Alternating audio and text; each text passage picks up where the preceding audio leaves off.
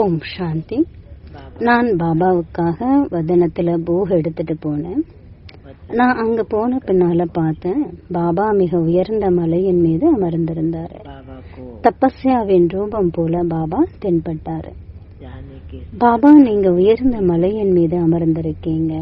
நான் அனைவரின் அன்பு நினைவுகளையும் போகையும் எடுத்துட்டு வந்திருக்கேன்னு நான் பாபா கிட்ட சொன்னேன். ஒரு செகண்ட் பாபா என்னை பார்த்து புன்முறுவல் செய்தாரு. குழந்தாய், பக்தியில சிவனுடைய கோவில் மிக மிக உயர்ந்த இடத்துல தானே வச்சிருக்காங்க. அடுத்தது சக்திகளையும் மிக உயர்ந்த மலைகள் மீதுதான் அமர வச்சிருக்காங்க. காரணம் என்ன? தரிசனம் செய்யறதுக்காக, தவம் செய்யறதுக்காக.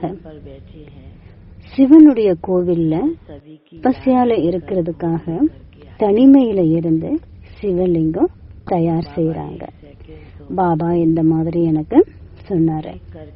பக்தியில பக்த குழந்தைங்க எவ்வளவு தன்னுடைய ஆசைகளை முன்னால வச்சு தன்னுடைய விருப்பங்களையும் முன்வைத்து சிவலிங்கத்துக்கு முன்னால போறாங்க. தன்னுடைய மன விருப்பங்களை நிறைவேற்ற கேக்குறாங்க.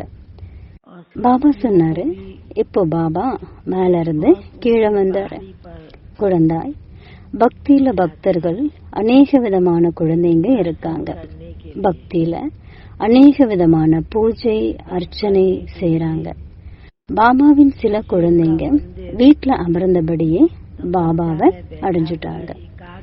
வீட்டுல இருந்த இடத்திலேயே பாபா கிடைச்சிட்டாரு தானே.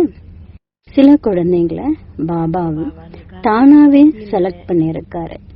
பலவிதமான பல சாதனைகள் மூலமாக பாபா தன்னுடைய குழந்தையாக மாற்றி இருக்காரு. பாபா சொல்றாரு, தபஸ்யா யாருடையது? இது சிவ பாபாவுடைய தபஸ்யாவா, பாப் தாதாவின் தபஸ்யாவா, அல்லது குழந்தைகளுடைய தபஸ்யா என சொல்றதா? நான் ஒரு செகண்ட்ல அமைதியா இருந்தேன். பாபா சொன்னாரு, எந்த மாதிரியான மூர்த்தியையும் மேலதான வைப்பாங்க. தபஸ்யாவில இருக்கக்கூடிய முக்கியமான பக்த குழந்தைங்க அவங்களும் பாபாவுடைய குழந்தைங்க தான் என பாபா சொன்னாரு. பகவானுக்கு முன்னால பாபாவுக்கு அருகாமையில வர்றதுக்காக அவங்க முயற்சி செஞ்சிட்டு இருக்காங்க. பாபா எந்த முயற்சியும் செய்ய வேண்டிய அவசியம் கிடையாது. குழந்தைங்களுக்கு தான் முயற்சி செய்ய வேண்டிய அவசியம் இருக்கு. பக்தர்களுக்கும் முயற்சி செய்ய வேண்டிய அவசியம் இருக்கு. பாபா எவ்வளவு நிர்அகங்காரியாக, எவ்வளவு பரோபகாரியாக இருக்காரு. எது பாபாவுடைய கடமை காரியமாக இருக்கோ அது பாபா தன்னுடைய குழந்தைகளுக்கு ஆஸ்தியாக அதே ரூபத்துல தந்திருக்காரு. ஏன்னா பாபாவுடைய சம்ஸ்காரம் குழந்தைங்க கிட்ட எமர்ஜ் ஆயிருக்கு. என்று பாப் தாதா உலகத்துல பக்தியினுடைய நிகழ்ச்சிகளை பார்த்துட்டு இருந்தாங்க. மேல அமர்ந்து என்னுடைய பக்த குழந்தைங்க எவ்வளவு முயற்சி செய்யறாங்க இதையும் பாக்குறாங்க.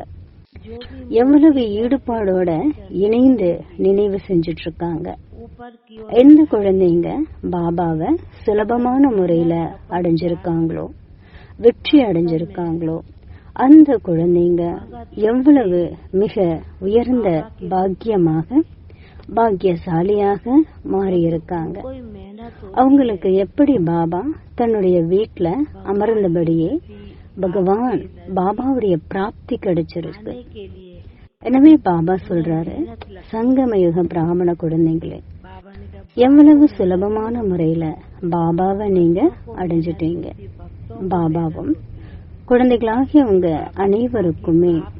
அனைவரையுமே தன்னுடைய கழுத்தின் மாலையாக மாற்றி இருக்காரு. மனதின் மூலமாக மாலைய பக்தர்கள் உருட்டுறாங்க.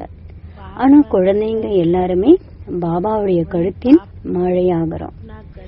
பாபா மிகவும் அன்பான சொல்றாரு, நான் பாபாவுக்கு புதிய கன்னி பெண்களுடைய விஷயங்களை சொன்னேன். சில சிஸ்டர்ஸ்ங்க சரண்டர் ஆயிருக்காங்க.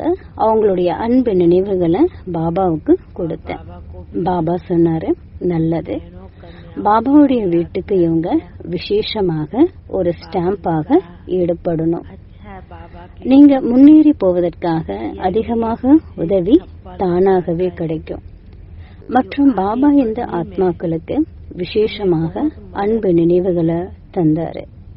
நானும் அன்பு நினைவுகளை பாபாவுக்கு கொடுத்தேன்.